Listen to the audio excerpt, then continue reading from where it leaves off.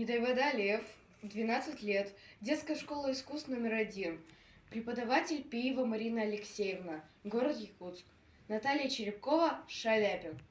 Конечно, это желание моей мамы сделать из меня русского Робертино Лоретти.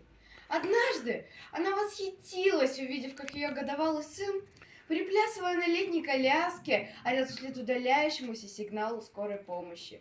Уиу, уиу, уиу! И участь моя была решена. Я должен стать великим тенором или на худой конец танцовщиком, но непременно известным Махмудом Асамбаевым. Дальше колясочные чечетки дело не дошло, и мама окончательно переключилась на оперу. «Голос нужно беречь!» — строго повторяла она, стягивая мою худосочную шейку 10-слойным шарфом, и вела меня через дорогу в дом бывшего учителя музыки Ильи Давидовича. Илья Давидович — милейший человек. Как только я начинала распеваться «До, ре, ми, фа, соль, ля, си, до», тяжело вздыхал и всегда говорил трагическим голосом: «Орешь, как Катюша!» Эх, нам их так не хватало под Сталинградом. Мама почему-то обижалась, но не прекращала наматывать шарф на мое драгоценное горло. «Может, лучше в Гагарины?» — с надеждой спрашивал у меня Илья Давидович. «Нет, только в Лемешево. Или после ломки голоса сразу в Шаляпины».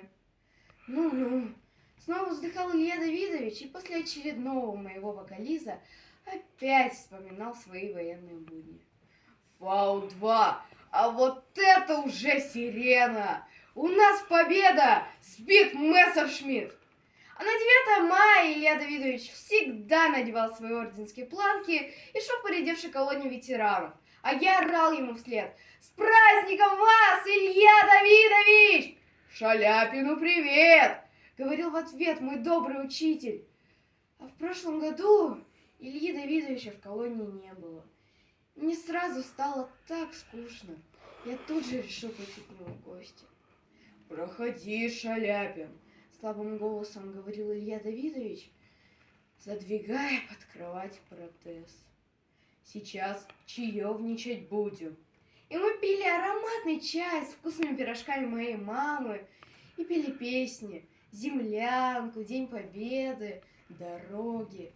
Эх, дороги, пыль да туман, холода, тревоги, да степной бурьян.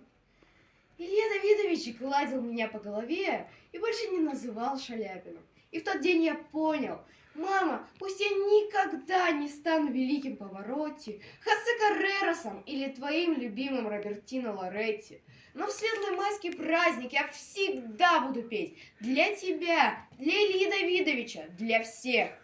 Эх, дороги, пыль да туман,